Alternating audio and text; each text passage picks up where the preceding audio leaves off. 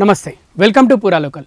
2014లో సంపూర్ణ majority, 2019లో అంచనా వేయలేని ఆధిపత్యం ఫలితంగా బీజేపీకి భాగస్వామ్య పార్టీల అవసరం పడలేదు. అందువల్ల మోదీ చెప్పిన వారికే మంత్రి పదవులు దక్కాయి. కానీ 2024 ఎన్నికల్లో సీన్ రివర్స్ అయింది. బీజేపీ అంచనా వేసిన సీట్లు రాలేదు. ఫలితంగా భాగస్వామ్య పార్టీల అవసరం ఏర్పడింది. ఇలాంటప్పుడు మోదీ చెప్పింది కుదరదు.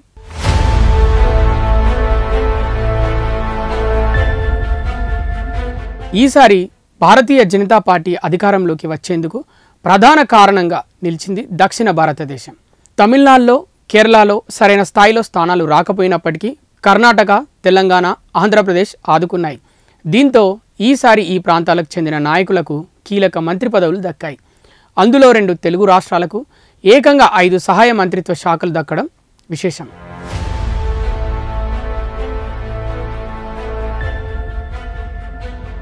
ఈ 5 మంత్రిత్వ శాఖలు దక్కిన వారిలో తెలంగాణ నుంచి కిషన్ రెడ్డి, బండి సంజయ్, ఆంధ్ర నుంచి పెమ్మసాని చంద్రశేఖర్, రామ్మోహన్ నాయుడు, శ్రీనివాస్ వర్మ ఉన్నారు.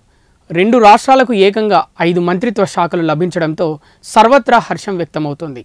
ఈ నేపథ్యంలో వచ్చిన అవకాశాన్ని సద్వినియోగం చేసుకోవాలని ప్రజల నుంచి విజ్ఞప్తి వినిపిస్తోంది. గతంలో యునైటెడ్ ఫ్రంట్ అధికారంలో ఉన్నప్పుడు తెలుగుదేశం నుంచి ఎర్రం నాయుడు మంత్రిగా పనిచేశారు. బాలయోగి స్పీకర్గా ఉన్నారు. ఆ సమయంలో పలు కీలక ప్రాజెక్టులు తెలుగు రాష్ట్రానికి వచ్చాయి. రహదారులు, భవనాలు, ఇతర పథకాలలో సింహభాగం ఆంధ్రప్రదేశ్ రాష్ట్రానికి దక్కింది.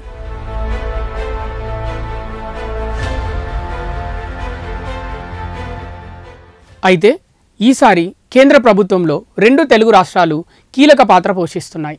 2 తెలుగు రాష్ట్రాలకు నిధులు, ఇతర పథకాలు, గతంలో కేంద్రం ఇచ్చిన హామీలు అన్నిటినీ తీసుకురావాల్సిన బాధ్యత మంత్రులపై ఉంది. 5 మంత్రి పదవులు దక్కడంతో ఒక రకంగా బంగారం లాంటి అవకాశం తెలుగు ప్రాంత ప్రజాప్రతినిధులకు లభించినట్టు భావించాలి. గతంలో తెలుగు రాష్ట్రాలకు ఈ స్థాయిలో ప్రాధాన్యం లభించేది కాదు. ముఖ్యంగా 2014, 2019లో బీజేపీ ప్రభుత్వం ఏర్పడినప్పుడు తెలుగు రాష్ట్రాల నుంచి కిషన్ రెడ్డి, బండారు దత్తాత్రేయ, వెంకయ్యనాయుడుకు మాత్రమే మంత్రులుగా అవకాశం లభించింది. ఆ తర్వాత కాలంలో దత్తాత్రేయ గవర్నర్గా వెళ్ళిపోయారు.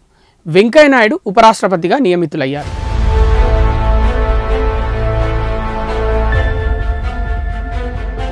వాస్తవానికి 2014, 2019 కాలంలో తెలుగు రాష్ట్రాలకు ఆశించినంత స్థాయిలో కేంద్రం నుంచి నిధులు, ఇతర ప్రయోజనాలు అందలేదని విమర్శలు ఉన్నాయి. అయితే ఈసారి కేంద్రంలో కీలకంగా ఉన్న నేపథ్యంలో తెలుగు రాష్ట్రాలకు చెందిన ప్రజాప్రతినిధులు, నిధులు, ఇతర పథకాలలో మెజారిటీ వాటా సాధించాలని ప్రజల నుంచి డిమాండ్లు వ్యక్తమవుతున్నాయి. బంగారుపల్లెంలో లభించిన అవకాశాన్ని సద్వినియోగం చేసుకోవాలని విజ్ఞప్తులు వెల్లువెత్తుతున్నాయి. మరి ఇలాంటి సమయంలో తెలుగు ప్రాంతాలకు చెందిన ప్రజాప్రతినిధులు ఏం చేస్తారో చూడాల్సి ఉంది.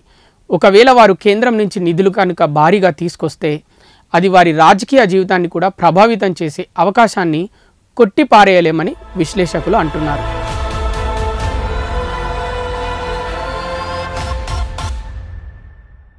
ఇవి ఇప్పటివరకున్న అప్డేట్స్. మరిన్ని అప్డేట్స్ కోసం చూస్తూనే ఉండండి పూరా local, your choice for local voice.